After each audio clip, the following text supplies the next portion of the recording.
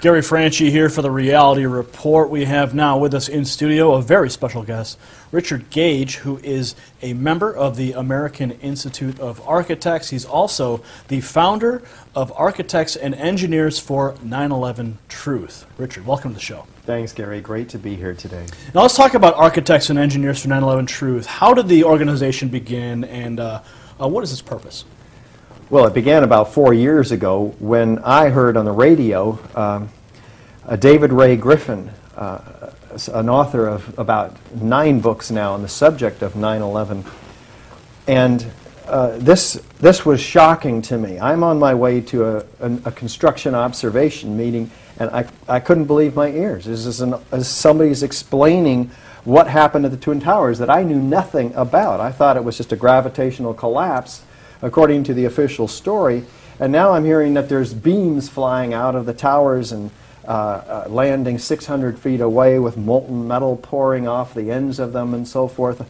I was shocked. I couldn't believe it. So I did some research, put a presentation together. After that, took it to the 15 architects and engineers, architects that I worked for. They thought I was nuts until I showed them in this conference room with pizza that I had to bribe them to get them there.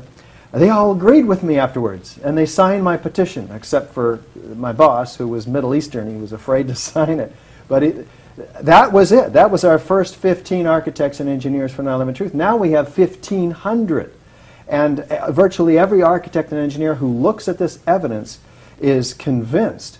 It's really amazing how overwhelmingly simple it is to understand, and people are shocked that they didn't hear about this from our government or media.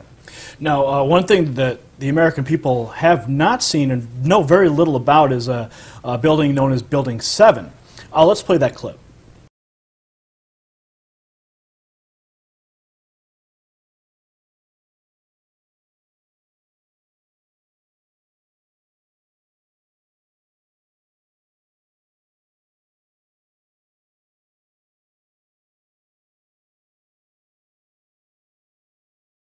Now, Richard, we just saw the collapse of Building 7. Could you explain what we just saw? Exactly.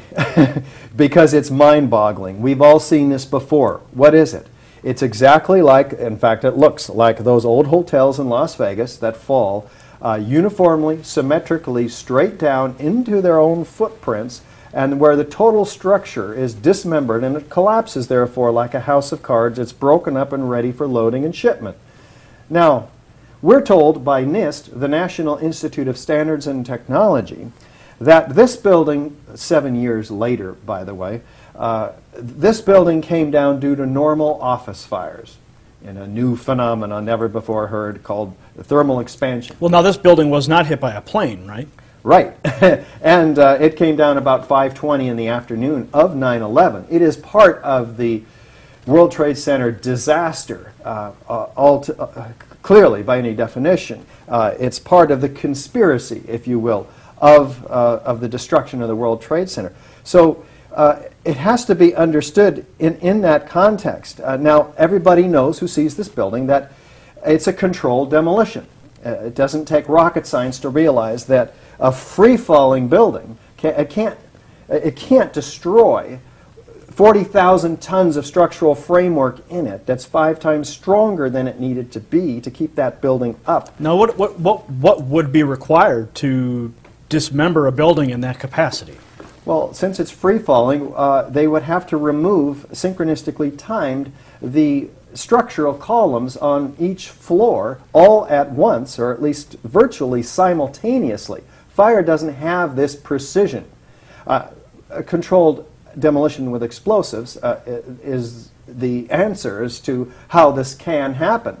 And there's evidence of these incendiaries in this case. What type of incendiaries would most likely be used? Well, we're talking about thermite, because there's several tons of molten metal found underneath all 3 World Trade Center skyscrapers, by the way.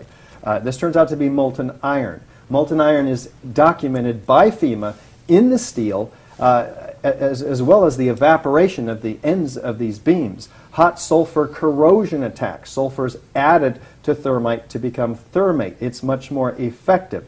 Thermite issues molten iron as its byproduct. FEMA documents molten iron and the ends of these beams, invading the grain boundaries, in fact, of the steel. So we have the documentation from FEMA, which NIST threw out and did not incorporate in their final report. So this is extremely important. All of this evidence is really quite clear, the way it adds up to become, to support the hypothesis of controlled demolition, which NIST never looked at. They said, oh, there would have been a huge bomb going off. Well, no, we're talking about incendiaries here. They don't have the loud bangs of C4 or RDX, typical high-energy explosives. They don't have the bright flashes. This is a deceptive controlled demolition. Now, I understand that there has been some dust analyzed from the debris of the Twin Towers and Building 7. Could you talk to us a little bit about what was discovered in that dust? Well, that dust is 30% concrete by the USGS, who analyzes it. And it's a fine, almost like talcum powder, laid throughout lower Manhattan in a 12-inch thick blanket in some areas. And it's being created in midair before the towers come down. Pulverized concrete, 90,000 tons of it, in the 110 floors that are missing down at the bottom of each of these twin towers. Not only that, 10,000 file cabinets, over 1,000 people there's no trace of whatsoever. And so, except for 700 bone fragments found that are about a ½ an inch long on top of the skyscraper. But in this dust, officials, USGS, finds billions of small microspheres of previously molten iron. That is also proof of temperatures sustained over 2,700 degrees. Now, jet fuel and office fires don't create those temperatures. They don't even create half those temperatures. So what are these small spheres of iron doing in all the World Trade Center dust? Well, if there was thousands of thermite cutter charges throughout the columns and beams in these buildings, under explosive conditions, it would be atomized, the liquid molten iron byproduct, and it would fall and cool as spheres with all of the dust. That's the only rational explanation for these spheres being in all the World Trade Center dust. Now, an international team of scientists also finds small red-gray chips in the dust. These turn out to be nanothermite composite explosives because there's extremely small particles. So they've actually discovered, they've found in the dust the non-detonated explosive charges.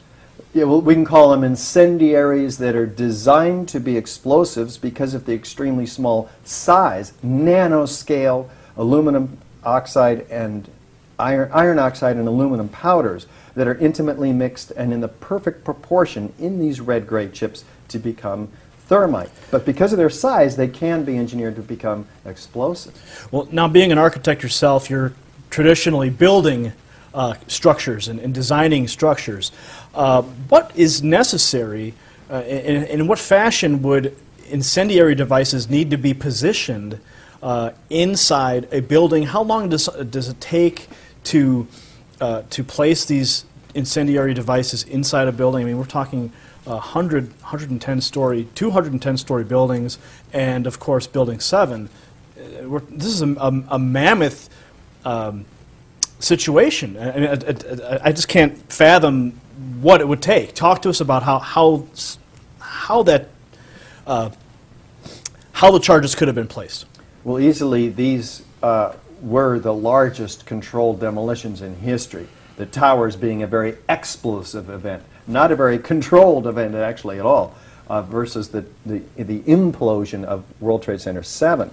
But it would take months. So the first two towers were more explosive. Oh yeah, related. 98% of the debris, the core columns and perimeter columns are blown outside the footprint.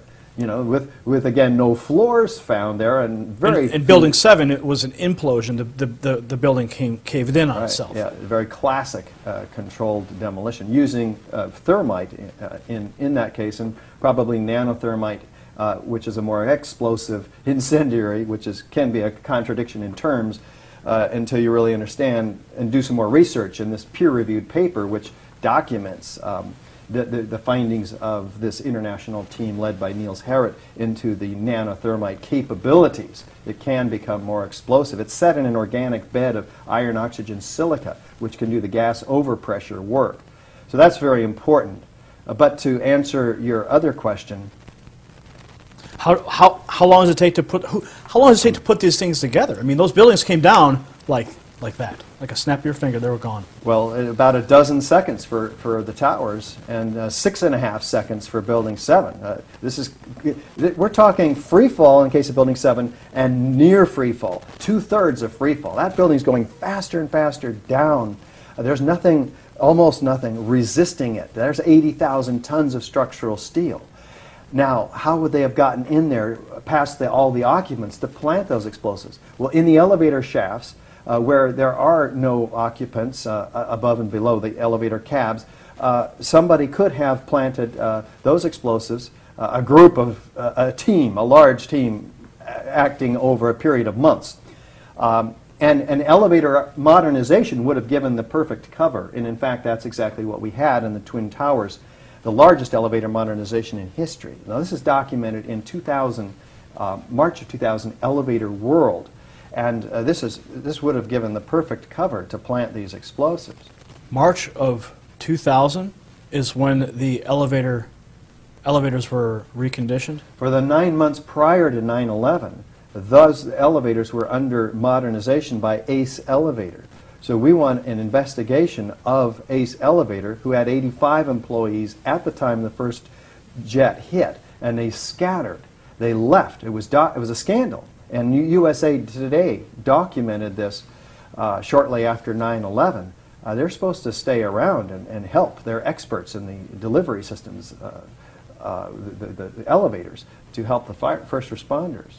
So where is ACE Elevator now? Well, they went out of business shortly after that, and I understand they're back in business again. Interesting, interesting. Now, let's talk about people getting active with architects and engineers. You have over 1,500 architects? Yeah, indeed. And we're growing rapidly, and others are helping us too. We do have action groups. We're over 24 now, and we're growing to 200 to 300 action groups all across the country, where local 911Truth groups can affiliate with us just by going to Take Action on our website, which is AE911Truth.org. Take Action, join an action group. We'll put their website and email address on our website, and then people can call them locally and all across the country and around the world. And we'll coordinate. Every month we're on a conference call, and we coordinate local action, so we're all doing the same thing in concert, which can be very powerful. What is the overall public response? I know you've gone on several tours around the country. What is the overall response from people hearing your presentation? Well, it certainly ranges. As I mentioned earlier, we've got a very positive response to the evidence itself. As far as the media, we have a tough time getting the mainstream media to show up to these events. Although we're doing a radio interview now about every day, and TV interviews once in a while, these are not big mainstream national audiences. That's the gold prize. We were on Geraldo with one of our engineers, Tony Zamboti, and a family member, which was very helpful in November. We haven't had much follow-up yet. Now, that was in relation to the Building What campaign. Uh-huh. Can you talk to us about that? Yeah, and this is an extraordinary effort by NYC CAN, New York City Coalition for Accountability Now.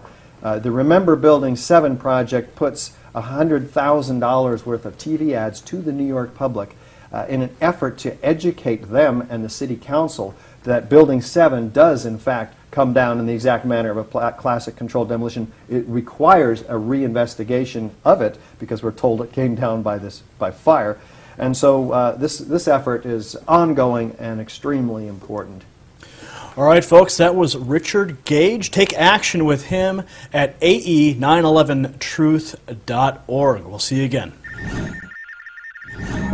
you.